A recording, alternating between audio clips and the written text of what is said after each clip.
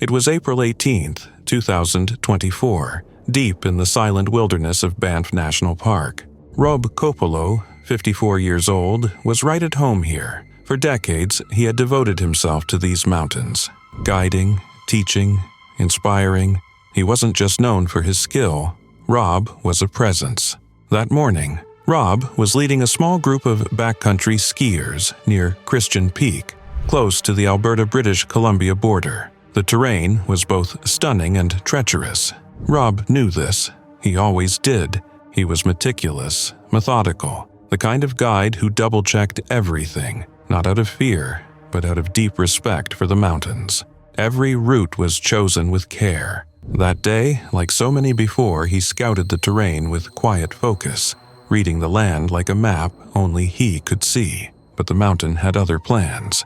Without warning, the ground beneath him gave way. 1 second he was there, standing steady, and the next he was gone. A crevasse had opened beneath him, a jagged maw of ice, and Rob vanished into it. His team froze, horror spreading across their faces. Then instinct kicked in. They scrambled into action, shouting his name, trying to spot him through the blue depths below. They called for help immediately, sending a distress signal to Icefall Lodge, a remote outpost near the Lyle ice field. Time began stretching thin. Within hours, Parks Canada launched a rescue mission, dispatching a helicopter with 3 specialists. As the aircraft roared over the peaks, Rob's team, trembling and desperate, had managed to reach him. Somehow, they pulled his body from the crevasse. He was alive, but just barely. He had spent nearly an hour in the crushing cold. His injuries were catastrophic. The rescue crew worked frantically, wrapping him in thermal blankets, trying to warm his battered body and stabilize him enough for transport. From Lake Louise, a Stars Air ambulance lifted off, bound for Foothills Medical Center in Calgary, 2 hours away.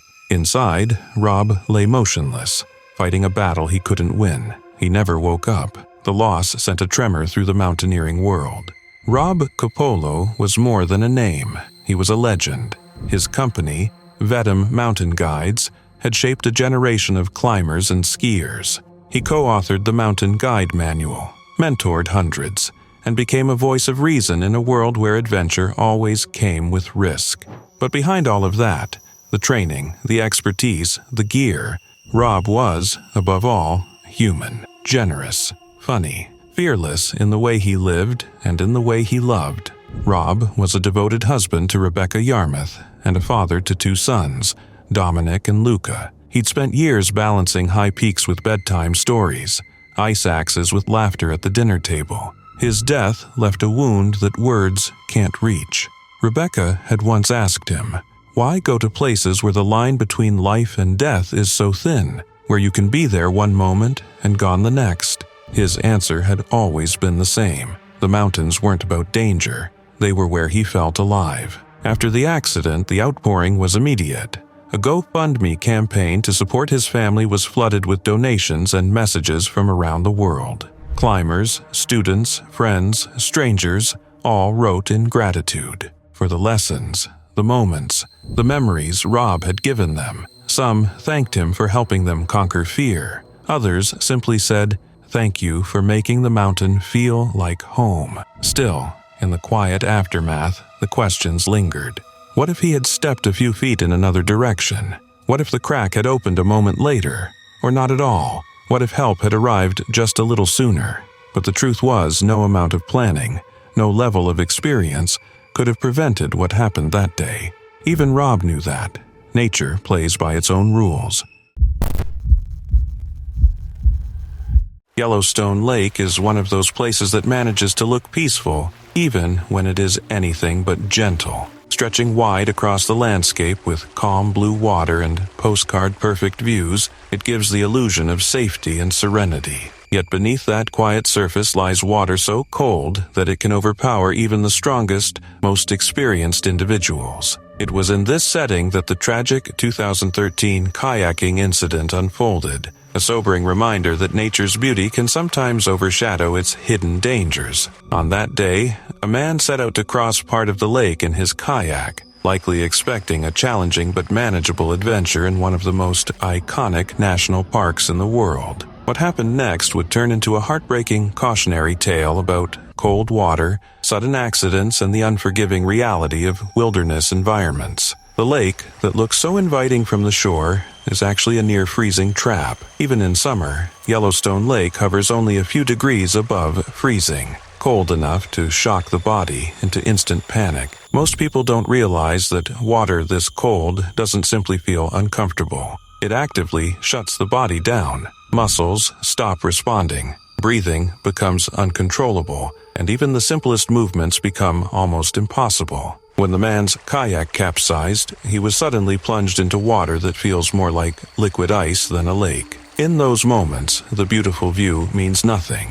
The stunning mountains and clear sky blur into the background as the instinct to survive takes over. But in water that cold, even instincts struggle to keep up. Cold shock happens within seconds. Hypothermia follows closely behind, and the ability to swim or climb back onto a kayak becomes nearly impossible. Accidents like this often feel unreal because they happen so quickly. One moment, someone is paddling, steady and confident, and the next, the situation has shifted into something life-threatening. In Yellowstone Lake, there is almost no buffer zone between everything is fine and everything is out of control. The cold takes over faster than people can react, and once the body begins to shut down, survival becomes extremely unlikely. The man who capsized had no chance to warm up, recover, or even properly call for help. The shock of the water alone is enough to make breathing erratic, and within a minute or two,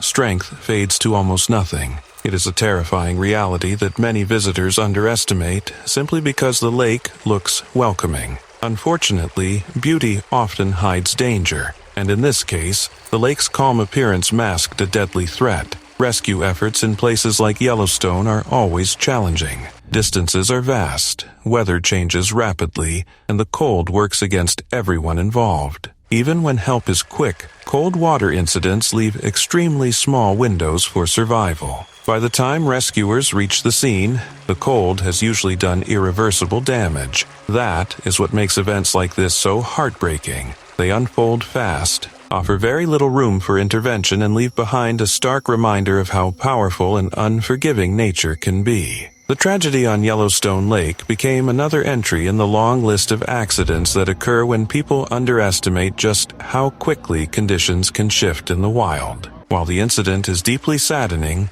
it also emphasizes something important. Yellowstone isn't dangerous because it is wild. It is dangerous because it is real. The lake doesn't negotiate. The cold doesn't pause, and nature doesn't bend its rules for anyone. Respecting that reality is essential. The man who lost his life on Yellowstone Lake didn't make an outrageous mistake or take an absurd risk. He simply encountered the one element of nature that offers no second chances. His death stands as a reminder to visitors, adventurers, and even experienced outdoors enthusiasts that awareness, caution, and respect are not optional in places where beauty and danger exist side by side.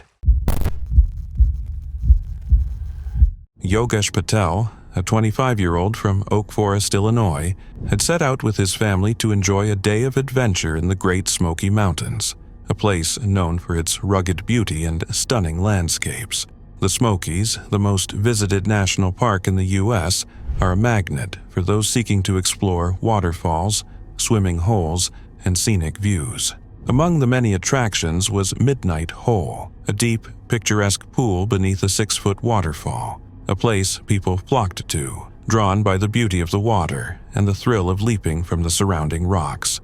On September 14th, Yogesh and his family arrived at Midnight Hole. The water was crystal clear, the kind of place you'd want to dive into, especially on a warm afternoon. They weren't the only ones there. Others swam, laughing, enjoying the serenity of the park. But what should have been a peaceful day quickly spiraled into something far darker. As the sun began to dip below the horizon, Yogesh stepped onto a log that extended over the water. Whether it was to get a better view or just to embrace the moment, no one could know for sure. But what happened next unfolded in a heartbeat. Yogesh slipped. One moment he was standing, the next he was falling, plunging into the cold, deep water below. The shock of the fall hit him hard, and the current took him almost instantly. The pool, which reaches depths of 18 feet, was deceptively dangerous, and before anyone could fully react, Yogesh was struggling. His family and bystanders rushed to help, frantic, but the water was unforgiving. His arms flailed. His body fought the current, but there was nothing they could do. He was disappearing beneath the surface, and no one could reach him in time. At approximately 7:30 p.m., a desperate call went out to emergency services. Within 30 minutes, rangers and rescue personnel arrived at the scene, but the darkness had already begun to fall, turning the situation into a nightmare. Visibility was almost gone, and with the fast-moving water, their search was hindered. The rescue team had no choice but to pause the operation for the night, leaving Yogesh's family to endure a heart-wrenching, agonizing wait in the darkness. They could only hold on to hope. The next morning, as the first light of dawn broke, the search resumed with a renewed sense of urgency. A team of 43 emergency responders from North Carolina and Tennessee was dispatched to aid in the recovery effort. Divers descended into the frigid water, meticulously combing the pool where Yogesh had last been seen. Hours passed, each minute stretching longer than the last, but the pool offered no answers, no sign of his body. By early afternoon, time had already run out. The divers found him. Yogesh's body was discovered submerged 18 feet below the surface, lifeless, swallowed by the very beauty that had drawn him in. The recovery was completed by 1 p.m., but it didn't bring closure. It only left a grief-stricken family, broken by the suddenness of the loss. Yogesh's drowning at Midnight Hole was a sobering reminder of the dangers lurking in nature's seemingly serene corners. Despite the allure of the water, Midnight Hole had been the site of multiple tragedies before, with others falling to their deaths or suffering serious injuries. The park had long warned about the unpredictable nature of its waters, urging caution to anyone who considered swimming there. Still, for all the warnings, the water claimed another life that day. In the aftermath, park officials again reminded visitors of the risks, emphasizing water safety. But for Yogesh's family, those warnings came far too late. What should have been a day of fun and adventure had turned into a heart-wrenching loss that would never be undone.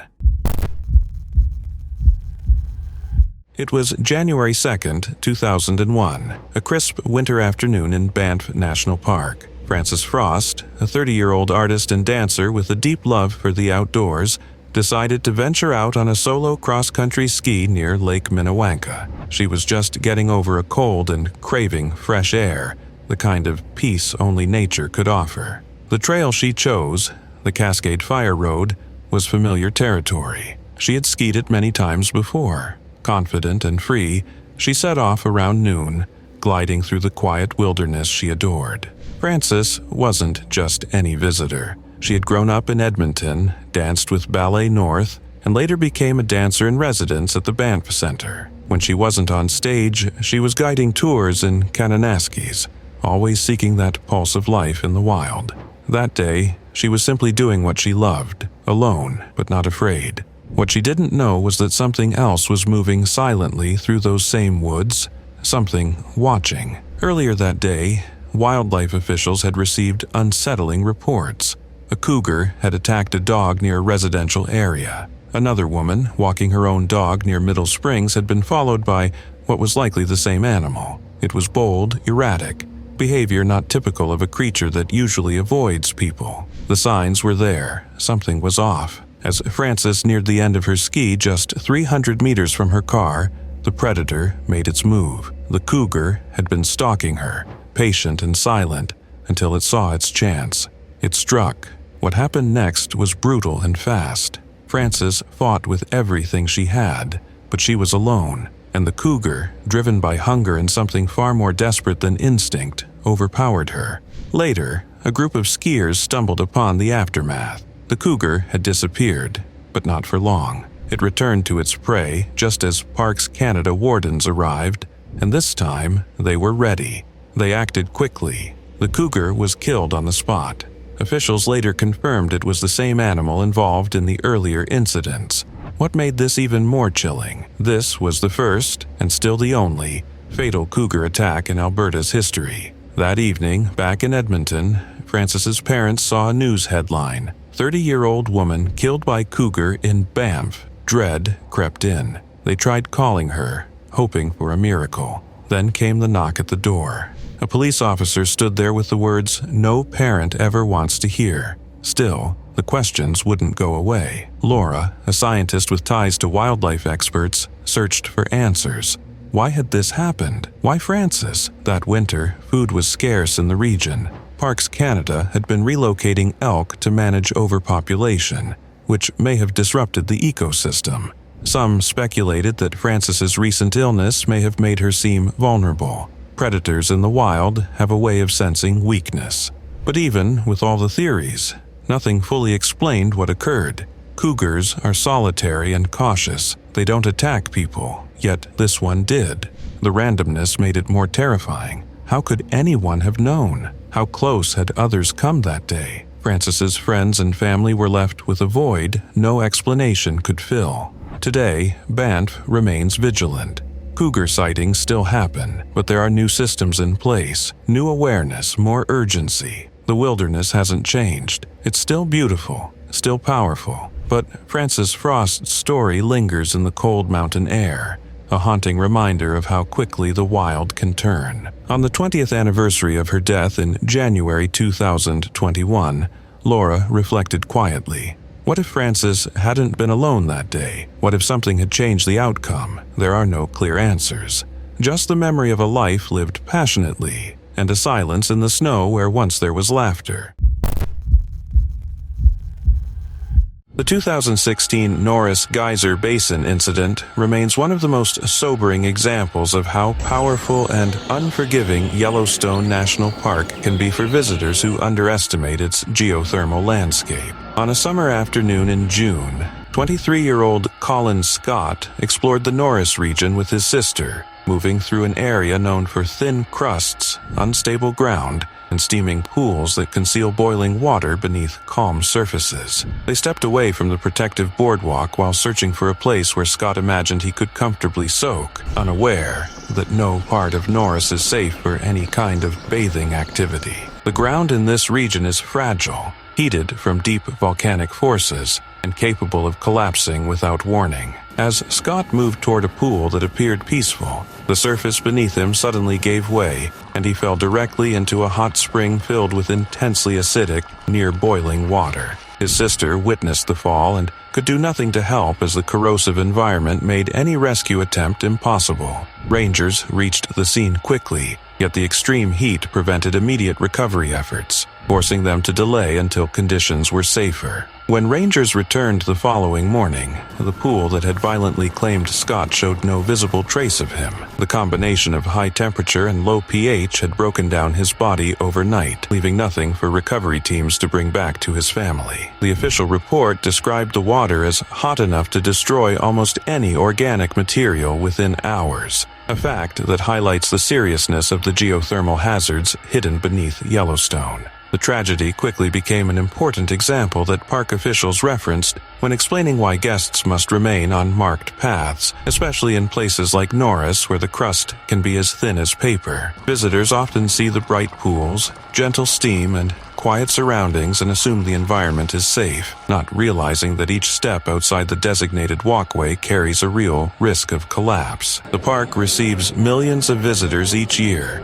and rangers are constantly working to balance access with safety, offering warnings that sometimes go ignored by those eager to explore forbidden areas. The Scott case demonstrated how even a momentary decision can produce irreversible consequences. It also illustrated the emotional burden faced by rangers who must respond to incidents that could have been prevented through adherence to rules designed to protect everyone. The incident has continued to influence discussions about safety, responsibility, and respect for natural environments that operate far beyond human control. Yellowstone is a place shaped by immense geologic forces, and its geothermal features exist because of heat rising from a still active volcanic system deep beneath the surface. The pools that draw visitors with striking colors and tranquil appearance are in truth unstable windows into an environment where temperatures soar and chemical reactions occur with relentless intensity. Scott's death reminds us that beauty in nature often comes paired with danger, and that protective boundaries are established not to restrict experience,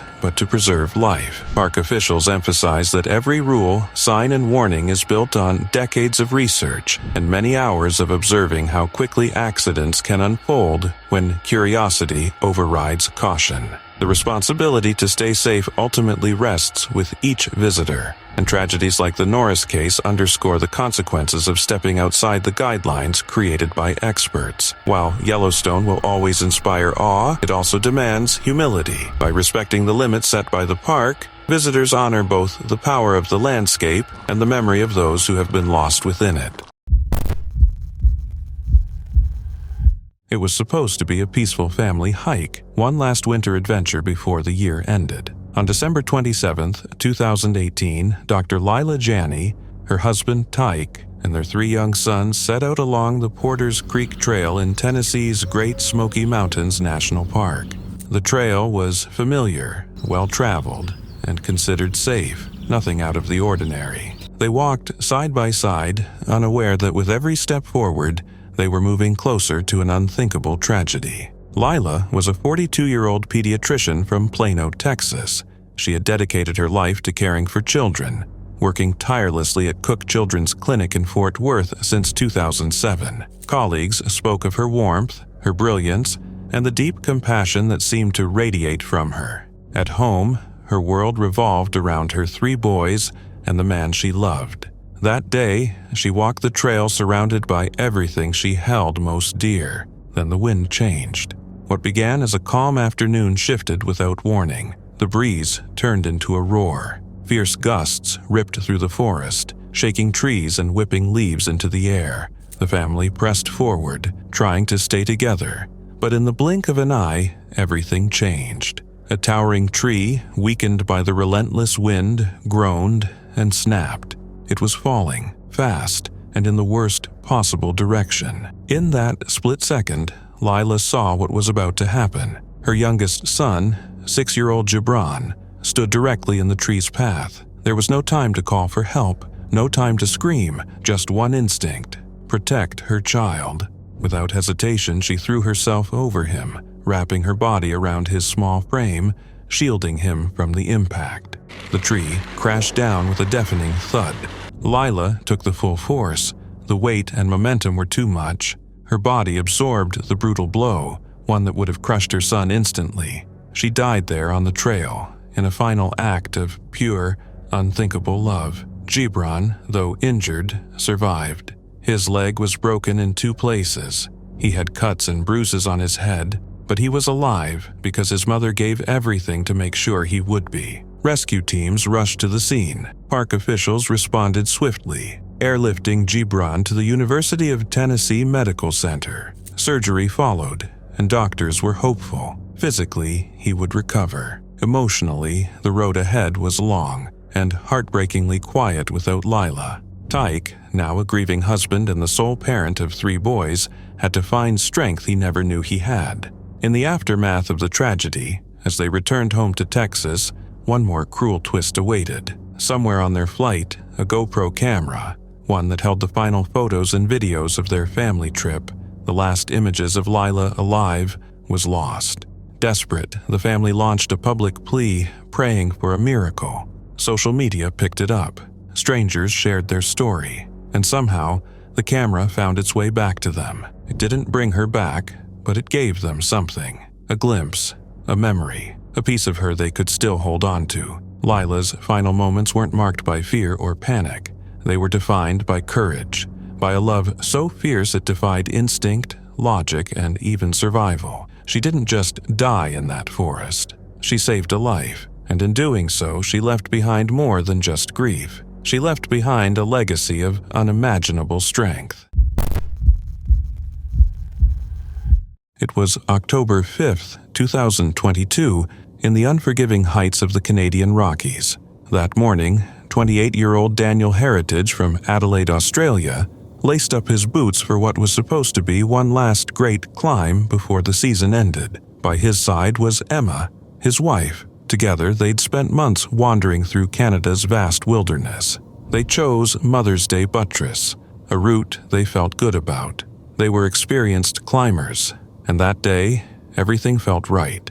As they ascended the rock face, they chatted between pitches, Daniel's voice always carrying that familiar calm confidence. Emma would later remember how he had just tackled a particularly tough stretch, a steep, narrow crack along the fifth pitch. He'd shouted back to her with a mix of pride and surprise, laughing that it was harder than expected. Then, silence. She waited for the call, the simple word, safe, but it never came. A minute passed, then 5, then 10. Her heart started pounding. She called his name, once, then again, her voice rising with worry. Nothing. And then, without warning, the rope went slack. Emma froze. Her eyes followed the rope as it slipped past her. Then, in the distance, she saw movement, and suddenly, she understood. Daniel was falling. When she reached him, his body lay still. Emma collapsed beside him. She called for help. 90 minutes later, rescuers arrived and told her she had to go. It was the hardest thing she had ever done. Later, investigators would try to make sense of it. Daniel hadn't placed more protection after the hardest part of the route. Maybe it was a loose rock, maybe just a misstep. The truth was, no one would ever know for sure. Emma replayed the moment again and again in her mind, grasping for a reason, a cause, something that would make it make sense. But mountains don't give answers, only silence. And then came another cruel blow. When she tried to bring Daniel home to Australia, she discovered their travel insurance didn't cover death from an accident. No funeral home would even accept him without a $122,000 deposit. The weight of grief grew heavier. Daniel's mother stepped in, paying what she could just to begin arrangements. But Emma still needed another $8,000 for his flight, and $115,000 more to bring him home with dignity. The financial burden was staggering. Desperate, Emma's twin sister Jessica started a fundraiser. Over $42,000 poured in, enough to bring him home. Still searching for closure, Emma returned weeks later to Cascade Mountain. She stood at the very spot where Daniel had fallen, expecting the tears to come, expecting grief to crush her again. Years have passed now, and Emma has found a way to live with the pain, to let the memory of Daniel guide her instead of haunt her. She doesn't dwell on the fall anymore, or the questions that will never have answers. She holds on to the laughter, the summit views, the quiet campfire moments, and the man who loved her through every step of their journey. In a tribute to Daniel, she once wrote that he had been her best friend, the love of her life, and her greatest adventure. And even though their time together was stolen too soon, one thing remains unshakable. Daniel will always be with her, in every climb, in every horizon, forever. Yellowstone National Park is a place of breathtaking beauty, with its towering geysers, steaming hot springs, and vibrant geothermal pools that seem almost otherworldly. But beneath this serene and colorful landscape lies a hidden danger that is easy to underestimate. In August 2000, this danger became tragically real in the lower geyser basin, when a young woman lost her life and 2 others were severely burned after falling into a hot spring. The victims were 3 concession employees who underestimated the fragility of the terrain and attempted to cross the area at night. The park's geothermal zones are notorious for their thin crust, which can easily give way under a person's weight. In this case, the ground beneath them collapsed, plunging them into a pool of scalding water. Temperatures in these springs can reach well over 170 degrees Fahrenheit, enough to cause immediate and severe burns, and the boiling nature of the water only amplified the danger.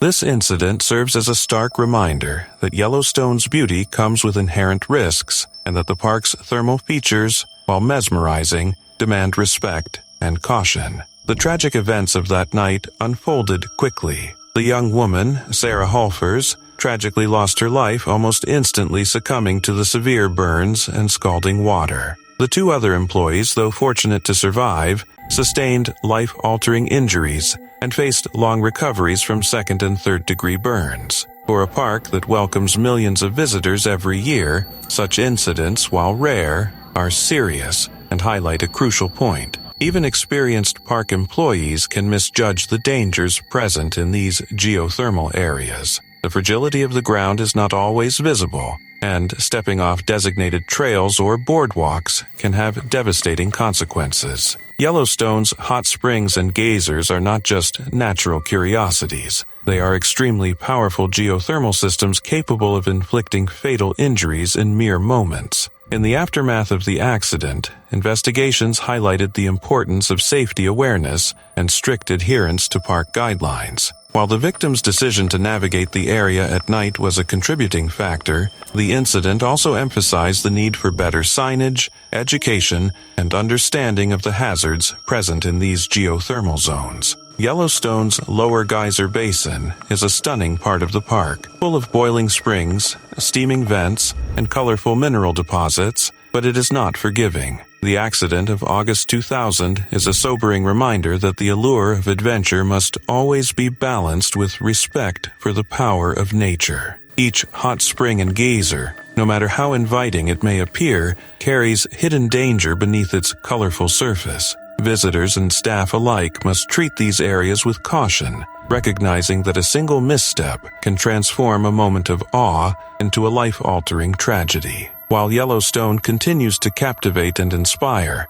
the story of Sarah Hulfers and her colleagues remains a poignant lesson in the delicate balance between human curiosity and the raw, often unpredictable power of the natural world. This incident remains one of the most serious reminders of the risks inherent in exploring Yellowstone's geothermal features. The park continues to educate visitors about safety procedures and emphasizes the importance of staying on boardwalks and designated trails. The events of August 2000 are now part of Yellowstone's history and serve as a cautionary tale for all who visit. Understanding the dangers of these hot springs is essential, and the lessons learned from this tragedy continue to inform how both visitors and employees interact with the park's natural features. The memory of this incident underscores the necessity of respecting nature and recognizing that its beauty is intertwined with potential hazards that require vigilance, awareness, and caution at all times. They were just passing through. A few backpackers, deep in the wild stretch of the Great Smoky Mountains, making their way through the dense, isolated beauty of Hazel Creek. It was September 11th, 2020, and everything about the morning felt still, almost too still. When they spotted an unoccupied tent at Campsite 82, they thought little of it. Maybe the camper had wandered off for water. Maybe they were hiking nearby. Nothing seemed wrong, until they went a little farther. Down by the creek, something stopped them cold. A bear, and something else. Something horrifying. The group didn't wait. They turned and raced back the way they came, hearts pounding, minds trying to process what they'd just seen. When rangers and wildlife officers arrived, their worst fears were confirmed. A 240-pound black bear was still there, scavenging near the body. The scene was brutal. The earth near the tent was torn up with drag marks, streaks of blood in the dirt. Something violent had unfolded here, something fast, something fierce. The body, badly decomposed and nearly unrecognizable, belonged to Patrick Madura. He was 43 from Elgin, Illinois. He had come out here alone, likely seeking peace. Hazel Creek was known for that kind of escape, remote, pristine, and untouched by the noise of civilization. It was a place where people went to lose themselves, to breathe deeply and listen to the silence. But for Patrick, it had turned into something else, something unimaginable. The autopsy told the rest of the story. Puncture wounds, deep lacerations to his neck, head, chest, and limbs. Signs of a violent struggle, fractured ribs, hemorrhaging, the kind of injuries that didn't happen after death, but during life. It was a black bear. These animals are no strangers to the Smokies. Nearly 2,000 of them roam the mountains, thriving in the dense forests and endless ridges of the half-million-acre park. They're wild, but they're not usually killers. That's what made this so chilling. Black bears are shy, curious, even playful, but when food is scarce or when humans become part of their calculation. When fear fades, they can become something else entirely. There was no food left out at Patrick's campsite, no reports of careless behavior, no warning signs anyone could see. But something changed that night. Maybe the bear was hungry. Maybe it had grown used to the scent of humans. Maybe it saw an opportunity, and Patrick never had a chance. This wasn't just scavenging. The bear didn't stumble upon a lifeless body. It created one. Officials confirmed it. This was only the second deadly bear attack in the park's history. The first was in 2000. Now, after 20 years, the unthinkable had happened again. In the aftermath, Hazel Creek Trail was closed. Rangers put up warnings, urged caution. The messages were everywhere. Travel in groups, carry bear spray, store food properly, never approach wildlife, and if a bear charges you, don't run. Stand your ground, fight. But for Patrick, it was too late. It was July 21st, 2020, a quiet day in Calgary. But for 69-year-old Vita Smith, it would be the last day of her life. Vita wasn't just anyone. She was sharp, quick with numbers, and known in gambling circles for one thing: counting cards. Alongside her longtime friend and business partner Kevin Barton, better known by his alias Chris Lee, she'd spent years working casinos across the country, beating the odds and cashing in. But that world, full of high stakes and fast money, has a way of changing people, and what once was trust slowly became tension. That day, Vita and Lee met up for what was supposed to be a simple deal. She had gotten hold of a passport from her ex-husband, a lifeline for Lee, who had been banned from most casinos. The agreement was clear: $10,000 in exchange for the document. But when the time came, Vita didn't hand over a passport. She gave him a birth certificate instead, and then tried to walk away with the cash. Something snapped. Lee would later claim he only meant to stop her from leaving, that he grabbed her in the heat of the moment. But in his version, within seconds, she stopped breathing. No cry for help, no attempt to resuscitate, just panic. Instead of calling 911, he made a chilling choice. He placed Vita's lifeless body in the back of his SUV and drove off. That was only the beginning. Over the next few days, Lee tried to erase what happened. He ditched Vita's car at a local business, stashed her belongings, and kept her body hidden in his vehicle. He even drove to Edmonton, trying to think through his next move. All the while, Vita's family waited, unaware that their mother, their friend, was already gone. When she didn't return home, a missing persons report was filed. The worry quickly turned to suspicion, and all signs pointed to Lee. Surveillance footage placed him with Vita on the day she vanished. Police watched him, tracked his movements. When they finally arrested him, what they found was damning. Inside his vehicle were Vita's phone, her wallet, her purse, and something else. 5 loaded firearms, ammunition, and signs that he had tried and failed to cover his tracks. Blood in the car, her DNA on handcuffs. A struggle had taken place inside that SUV. This wasn't a clean accident. This was chaos, fear, desperation. For nearly 3 years, Vita's remains were nowhere to be found. Her family searched. They hoped. They feared the worst. Then, in a grim turn, Lee led investigators to a remote rest stop along the Trans-Canada Highway in Banff National Park, a place travelers pass by without a second thought. Until now, the terrain was brutal, the weather unforgiving. It wasn't until 2023 that search teams finally uncovered what had been left behind: the remains of a woman discarded like an afterthought, just off a road surrounded by beauty and silence. For Vita's family, it was a moment of heartbreak and closure all at once. Her daughter, Netta Power, stood in court and described the betrayal, the pain of knowing that her mother had been treated like she meant nothing. Lee had been under pressure. Casinos were cracking down, the pandemic was cutting off income, and his own efforts to cheat the system had failed. He was spiraling, and in that one decision, that one moment of violence and cover-up, he sealed Vita's fate and his own. In 2023, he was convicted of manslaughter, a sentence, but not justice, not really. Nothing could undo the betrayal. Nothing could bring Vita back. Her story leaves behind a haunting question. How far can trust be stretched before it finally breaks? Would things have ended differently if Lee had just let her go? Or was the friendship already poisoned long before that day?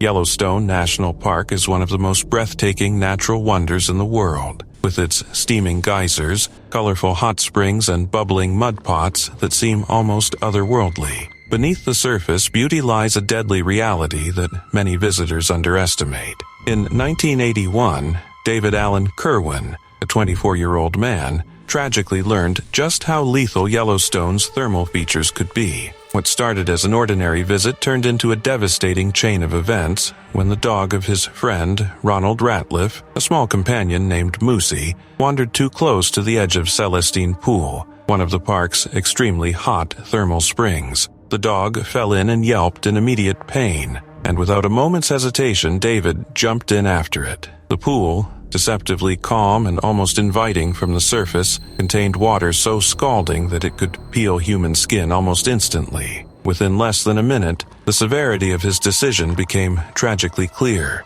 and the deadly power of the pool became undeniable. Witnesses recall the scene with a mixture of horror and disbelief. David attempted to rescue the dog, his hands scalded and his body racked with burns, while bystanders shouted warnings and tried to help. Ronald Ratliff waded into the dangerously hot water, suffering painful burns on his own feet in a desperate attempt to assist his friend. The intensity of the thermal water left David with catastrophic injuries, with third-degree burns across his body, complete damage to his eyes leaving them white and unseeing, and flesh so compromised that removing his shoes caused the skin to peel away. Despite the severity of his injuries, he reportedly acknowledged the danger in a fleeting moment of clarity, expressing how foolish the situation had become. His courage and devotion to Moosey were undeniable, yet the physical reality of the geothermal forces at Celestine Pool proved too extreme. He was ultimately taken to a hospital in Salt Lake City, where he succumbed to his injuries the following morning. Tragically, the dog he tried to save also did not survive, leaving a heartbreaking end to an act that began with love and loyalty. The Celestine Pool tragedy serves as a sobering reminder of both the power of Yellowstone's geothermal features and the risks of impulsive heroism. David's actions were clearly motivated by genuine care for his friend's pet, yet they underscore the lethal nature of the park's hot springs, which can reach temperatures near 200 degrees Fahrenheit or 93 degrees Celsius and cause fatal injuries almost instantly. These features, while mesmerizing and visually stunning, are unforgiving, and the incident illustrates how quickly admiration for natural beauty can turn into disaster when respect for nature's danger is overlooked. Over the years, David's story has been recounted in numerous articles, videos, and discussions about Yellowstone, highlighting the fine line between bravery and tragedy. It remains one of the most heart-wrenching examples of a human willing to risk everything for an animal, reminding visitors that while the park's landscapes are enchanting, they are also a powerful and untamed force of nature. His loss left a lasting impression not only on those who witnessed the tragedy firsthand, but also on the broader public, emphasizing that even in moments driven by love and selflessness, nature demands caution, respect, and humility. David Allen Kerwin's story continues to resonate as both a tragic warning and a testament to the devotion humans can feel for their pets. And Hton wasn't just a visitor to the Great Smoky Mountains. She was part of them. At 73, she knew every twist in the trail, every scent in the breeze. Over the decades, she had hiked all 900 miles of the park's trails, volunteered over 4,000 hours at the Oconaluftee Visitor Center, and completed the Appalachian Trail piece by piece. She had even visited all 63 U.S. national parks, from Alaska's icy wilderness to the volcanic peaks of American Samoa. Few knew the land like she did. Fewer still loved it so deeply. So when she set off alone on a cold January day in 2025, it wasn't reckless. It was routine. Anne had done this countless times. She was cautious, prepared, always telling a trusted friend her plans. The Smokies were her backyard, her sanctuary, her second home. She parked at Smokemont Campground, shouldered her pack, and disappeared into the trees. Her plan was simple.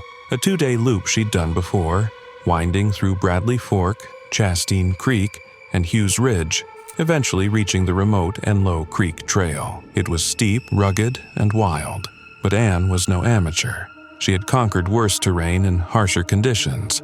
This was supposed to be just another quiet journey through the woods she knew like the lines on her palm. But Anne didn't come back. At first, no one panicked. Delays happen. Maybe she'd taken a longer route or stopped to rest. But by the second day, silence started to feel heavier. By February 1st, concern had turned to fear. Anne had been reported missing. Search teams sprang into action. Rangers, firefighters, K-9 units, volunteers, people who had worked beside her, hiked with her, learned from her, fanned out into the Smokies. They scoured ridges and ravines, combed over ice-crusted trails, calling her name into the frozen wilderness. But there was no answer, no sign, no tracks. Anne had vanished into the woods she loved, leaving nothing behind. Then, on February 2nd, they found her. She was just 4 miles off Enlow Creek Trail, in one of the park's most isolated corners. Her phone had gone dark shortly after she began. Alone and unreachable, Anne had succumbed to hypothermia. The cold had crept in silently and relentlessly, claiming even someone as seasoned and resilient as her. She died in the very wilderness that had shaped her. The news rippled through the hiking community like a tremor. It didn't seem possible. How could someone so capable, so experienced, be taken like that? But nature doesn't care about experience. The wild doesn't make exceptions. And even the most prepared adventurer can be caught off guard. For Anne's family, the loss was devastating, but not without meaning. She had died in the place she loved most, doing what made her feel alive. Her life had been built around wonder, purpose, and giving back. From her years as a special needs teacher to her tireless service in the national parks, Anne had devoted herself to others and to the land. She was more than a hiker. She was a guide, a mentor, a friend. Her name echoed on the trails and among those who had walked beside her. Park rangers remembered her as a cornerstone of the Smokies community. She had even been nominated for a National Park Service Award, a tribute to her selflessness and spirit. In early March 2025, they held a memorial for her. People came with heavy hearts, but also with stories of her quiet perseverance, her boundless curiosity, her kindness on the trail. She had always pushed herself, not for recognition, but because she believed in living fully. In the end, the same wilderness that gave her so much took her away. Her story remains not just as a loss, but as a warning, a reminder that nature, for all its beauty, is still wild, still dangerous. Even the most fearless among us can be humbled by it.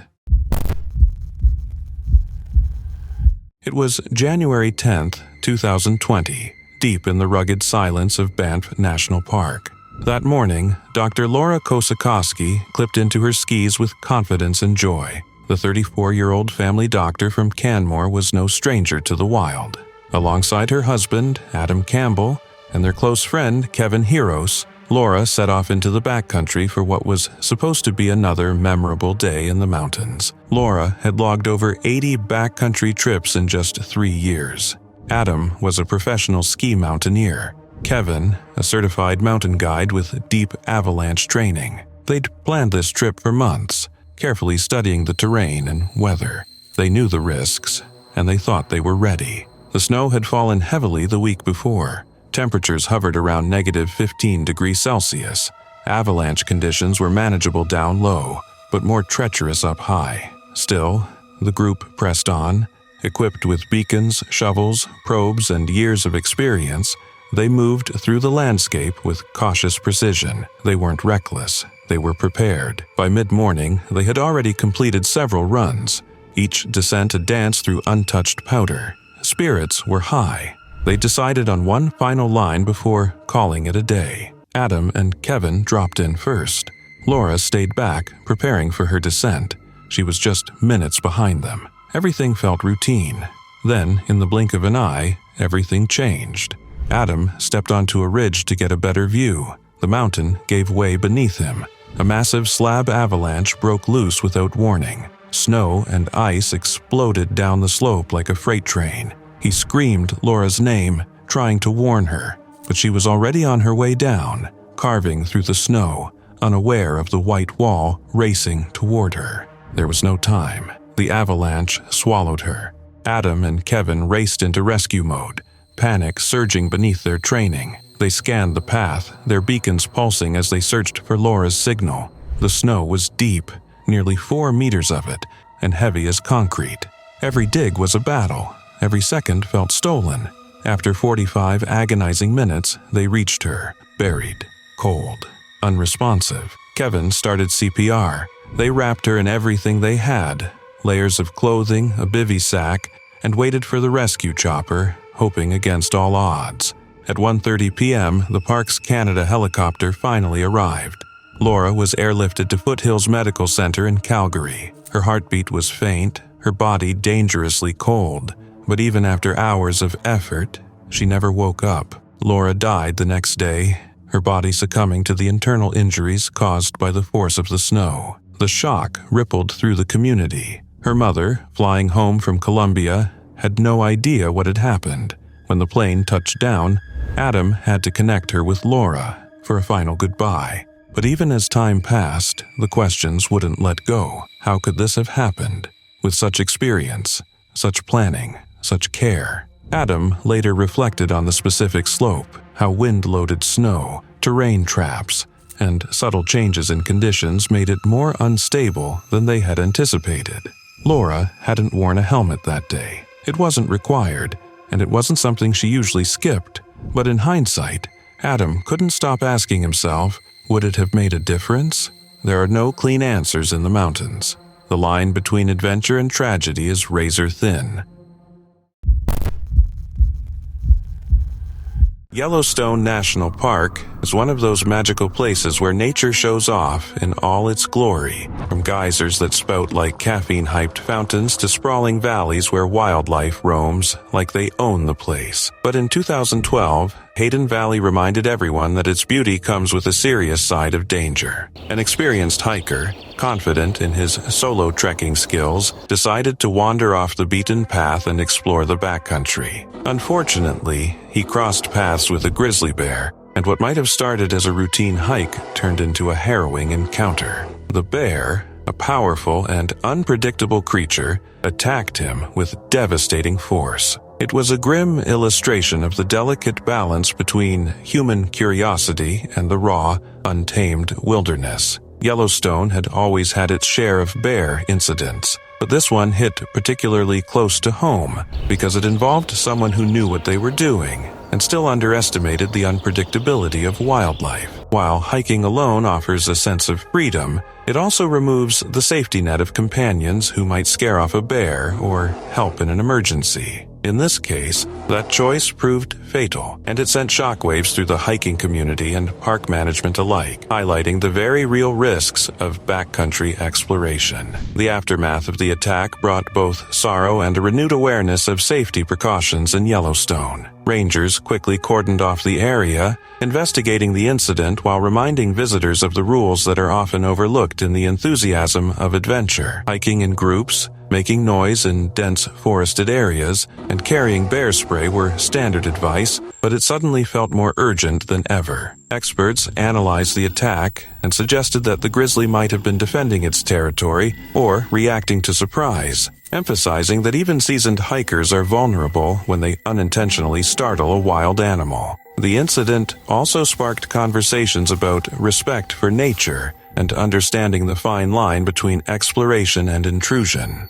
Hayden Valley, known for its breathtaking views and abundant wildlife, is a place where humans are merely visitors, and this tragedy reminded everyone that the rules of the wild are not negotiable. For those planning backcountry adventures, the story became a cautionary tale wrapped in the awe-inspiring scenery of Yellowstone, blending the thrill of discovery with the sobering reality of risk. In the years since, the 2012 grizzly attack has become part of Yellowstone's somber lore, a story hikers recount with a mix of fascination and respect. It underscores the unpredictable power of nature and the importance of preparation, caution, and humility in the wilderness. While the park continues to draw millions of visitors eager for adventure, the memory of that fateful encounter in Hayden Valley lingers, a reminder that beauty and danger often coexist in the wild. The incident did not turn people away, but instead reinforced the need to approach backcountry exploration responsibly. It serves as both a tribute to the hiker's spirit of adventure and a stern warning that even expertise cannot eliminate every risk. Yellowstone, with its steaming pools, roaming bison, and majestic grizzlies, demands respect, patience, and awareness. Those who heed the lessons of 2012 can still enjoy the wonder of the park safely, while those who forget may face the harsh consequences that nature sometimes delivers without warning.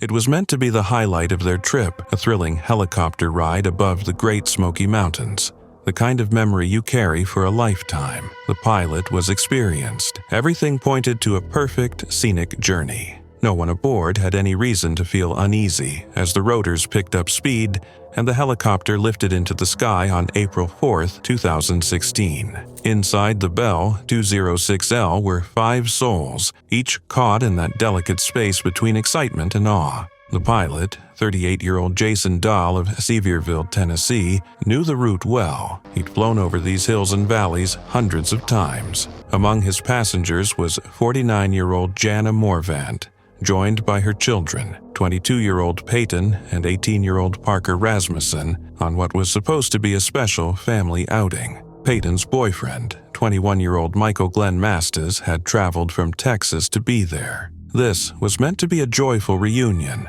a rare moment of closeness between a mother and the children who'd traveled from North Carolina just to see her. The flight was only supposed to last 12 minutes. As the helicopter soared over Sevier County, the passengers marveled at the forests stretching endlessly beneath them. The winding trails and rolling hills bathed in sunlight. For a few quiet minutes, everything felt magical, until it didn't. Then, something went terribly wrong. The helicopter began to lose altitude, its descent not gradual but sudden and uncontrolled. Near a ridge just a few miles from Dollywood, the aircraft clipped the tops of trees. There was no time to recover. In a split second, the machine spun out and slammed into the hillside. Then came the explosion. The crash was violent. The helicopter flipped onto its side and erupted into flames, a massive fireball lighting up the trees as smoke billowed into the sky. People nearby heard the blast and rushed outside, only to see another burst of fire tear through the wreckage. The flames spread quickly, consuming everything in their path. There was no escape, no second chances. By the time emergency crews arrived, all 5 people were gone. What they found wasn't a crash site. It was a graveyard of twisted metal and charred earth. The helicopter had been obliterated. The fire had stripped away nearly every trace of what had been a happy, hopeful group of people just minutes before. The investigation would be long and complicated. The cause of the crash wasn't immediately clear. So much had been lost in the flames, but eventually, a horrifying truth came to light. According to the National Transportation Safety Board, a critical mechanical failure brought the helicopter down. Severe wear inside the fuel pump's drive shaft splines had gone undetected. A lack of lubrication had caused the internal parts to deteriorate until the pump could no longer deliver fuel to the engine. In mid-flight, the helicopter simply lost power. There was no backup, no warning, no way out. It didn't matter that the helicopter had passed inspections or that it had flown dozens of safe tours that very day. One hidden flaw, one missed detail, was enough to turn a dream into a nightmare. For Scott Rasmussen, the father of Peyton and Parker, the pain was unimaginable. His children had gone to visit their mother, expecting a day of smiles, laughter, and photos.